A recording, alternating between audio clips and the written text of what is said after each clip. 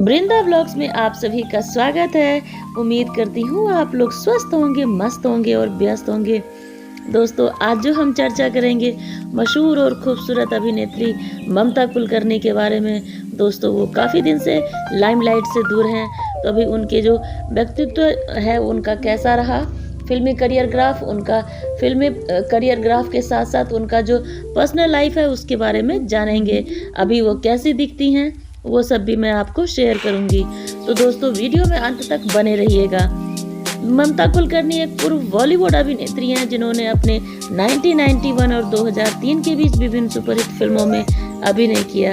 वो हिंदी और दक्षिण फिल्म उद्योगों में सक्रिय रहीं। उन्होंने लगभग 40 फिल्मों में अभिनय किया।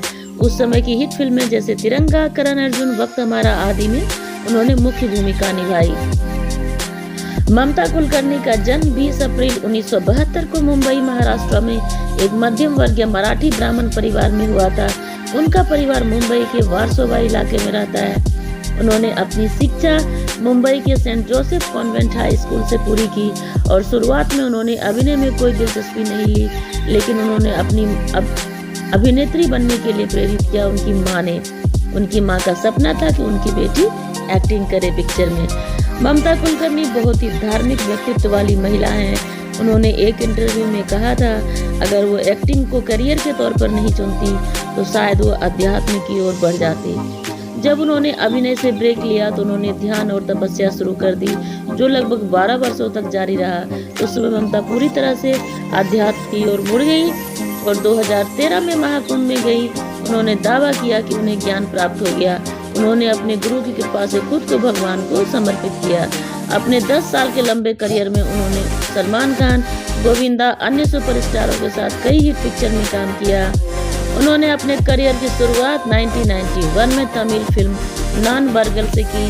उस समय की बहुत ही क्षेत्रीय सफल फिल्म मानी गई। तमिल दर्शक उन्हें प्रिया के रूप में उनकी भूमिका में जो नाम था वही नाम से पुकारने लगे और उनकी पिक्चर की सराहना की। उन्होंने तमिल प्रशंसकों के नाम के टैटू बनवाए और ममता को ज़्यादातर रोमांटिक लव स्टोरी में भी देखा गया। उन्होंने 1992 में नाना पाटेकर और राजकुमार अभिनीत फिल्म तिरंगा से बॉलीवुड में शुरुआत की और एक ब्लॉकबस्टर फिल्म थी। उन्होंने अपने करियर को आगे बढ़ाया। उसी वर्ष उन्होंने मेरा दिल तेरे लिए में प्रिया आर सिंह की भूमिका निभाई। उसके बाद उन्होंने दोस्तों बहुत सारे पिक्चर की, जिसमें प्रेम शिखाराम तेलुगु, डोंगा तेलुगु और भूकंप हिंदी में, और वक्त हमारा है, अशांत, विष्णु विजया कन्नड़ और आशिक आवारा हिंदी, और कन्नड़, हिंदी, कन्नड़, तमिल, तेलुगु सारे में उन्होंने काम किया। बेताज बादशाह, गैंगस्टर, दिलबर, क्रांतिवीर और आंदोलन, बाजी, पुलिस वाला गुंडा, सबसे बड़ा खिलाड़ी, किस्मत, अहंकार इत्यादि पिक्चर में उन्होंने काम किया। दोस्तों, 2001 में एक म्यूजिकल थ्रिलर फिल्म आई थी, छुपा रुस्तम।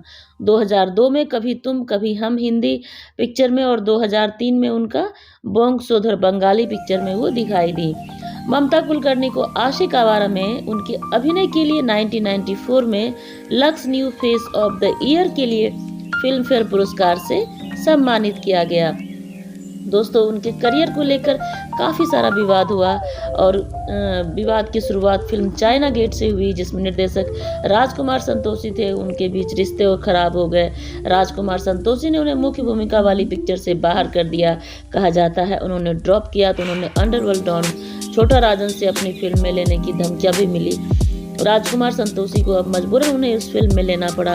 जब फिल्म रिलीज हुई तो बॉक्स ऑफिस पर अच्छा प्रदर्शन नहीं कर पाई। फिर भी फिल्म छम्मा छम्मा में उर्मिला मातोंडकर गाना को गाया हुआ गाना लोकप्रिय हुआ।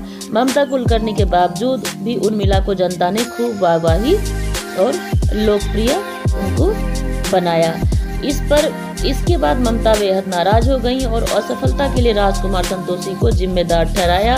उन पर अपनी इच्छा पूरी न करने के लिए स्क्रीन टाइम काटने के आरोप लगाए और राजकुमार ने खुद को इन सभी विवादों से अलग किया और ये घटना ममता पर भारी पड़ गई। उसके बाद उन्होंने कोई बड़ा प्रोजेक्ट नहीं मिला, क्योंकि दूसरे डायरेक्टर भी ममता से सतर्क हो गए थे। बाद में उन्होंने बंगाली, मलयालम और कुछ क्षेत्रीय फिल्में की।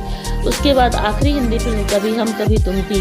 यही घटना उनके सफर के खत्म होने की असली वजह है, जो कि वो छोटा जो दाऊद राजन की वजह से उन्होंने सभी लोग उनसे डरने लगे थे। 90 के दशक के अंत में कई भारतीय अभिनेत्रियों को उन्होंने फिल्मों में प्रस्ताव नहीं मिले थे। दुबई में नृत्य प्रदर्शन शुरू किया, जिसके लिए उन्हें बहुत अच्छा भुगतान किया गया, क्योंकि उस समय बॉलीवुड मशहूर हस्तियाँ हिट थी। उस समय ममता कुलकर्णी भी दुबई में कई डांस नाइट्स भी की। अपने एक शो के दौरान उनकी मुलाकात विक्की गोस्वामी से भी। उस समय उनके पास मुख्य कानूनी व्यवसाय के रूप में दुबई में एक होटल और फूड पल्प प्रोसेसिंग व्यवसाय था, लेकिन वो एक ड्रग डीलर थे, जिसमें जाम्बिया के ड्रग ममता के लगातार दुबई दौरे के कारण उनकी मुलाकातें बढ़ी और करीब आए। लेकिन कुछ समय बाद विक्की को दुबई में ड्रग मामले में गिरफ्तार कर लिया और मौत की सजा हो गई। जब वे जेल गए तो उन्होंने अपने कानूनी व्यवसाय की सारी जिम्मेदारी ममता कुलकर्णी को दी थी, क्योंकि उन्हें उन्हीं पे भरोसा था। उनकी अनुपस्थिति में ममता कुलकर्णी ने उनके व्यवसाय को अच्छे से संभाला। उनके अच्छे संबंध थे, क्योंकि वो दुबई में अमीर लोगों में शो करती थी। उन्होंने बहुत मेहनत की और विक्की को जेल से बाहर निकालने में कोई कसर नहीं छोड़ी। उन अमीर लोगों की मदद से सबसे पहले वो मौत की सज़ा को रद्द कराने में कामयाब रही और कैदियों को मिलने वाली विभिन्न छुट्टियों का लाभ भी विक्की को दिलाने में सफल रही। अंततः उनके प्रयासों से विक्की मात्र 8 वर्ष में अच्छे आचरण के आधार पर जेल से रिहा हो गए। जब विक्की के साथ ये सब हो रहा था तो ममता कुलकर्णी ने अपनी मां को खो दिया। अब वो अकेली थी और दुबई में विक्की के अलावा और कोई नहीं था उनके पास। फिल्म इंडस्ट्री छोड़ने का फैसला किया और विक्की के साथ रहने के लिए दुबई चली गई। कुछ न्यूज़ के मुताबिक ममता कुलकर्णी ने 2013 में विक्की से शादी की, लेकिन जब भी उनसे शादी के बारे में पूछा गया तो उन्होंने हर बार इस बात को इनकार किया और विक्की के साथ उनके अच्छे संबंध हैं ये उन्होंने एक्सेप्ट किया। ममता कुलकर्णी 1993 में स्टारडस्ट मैगजीन में ममता की टॉपलेस पोज वाली तस्वीर थी और इस तरह से वो विवाद में आई, लेकिन वो बाहर आ गईं। फिर अदालत की सुनवाई में बुर्का पहनकर पहुंची तो मुस्लिम समुदाय के लोग उनके खिलाफ खड़े हो गए। बिहार के पूर्व विधायक की पार्टी में प्रदर्शन। ममता ने रांची में बिहार के पूर्व विधायक की पार्टी में डांस परफॉर्मेंस दी, जिसके बारे में कहा जाता है कि वो बिहार के चारा घोटाले में शामिल हैं। ये मामला इसलिए विवादास्पद हो गया क्योंकि दावा किया कि उनके प्रदर्शन पर 1.25 करोड़ रुपये खर्च किए गए थे और इस तरह से उनके विवाद हुए। फिर वो बाहर आ गई।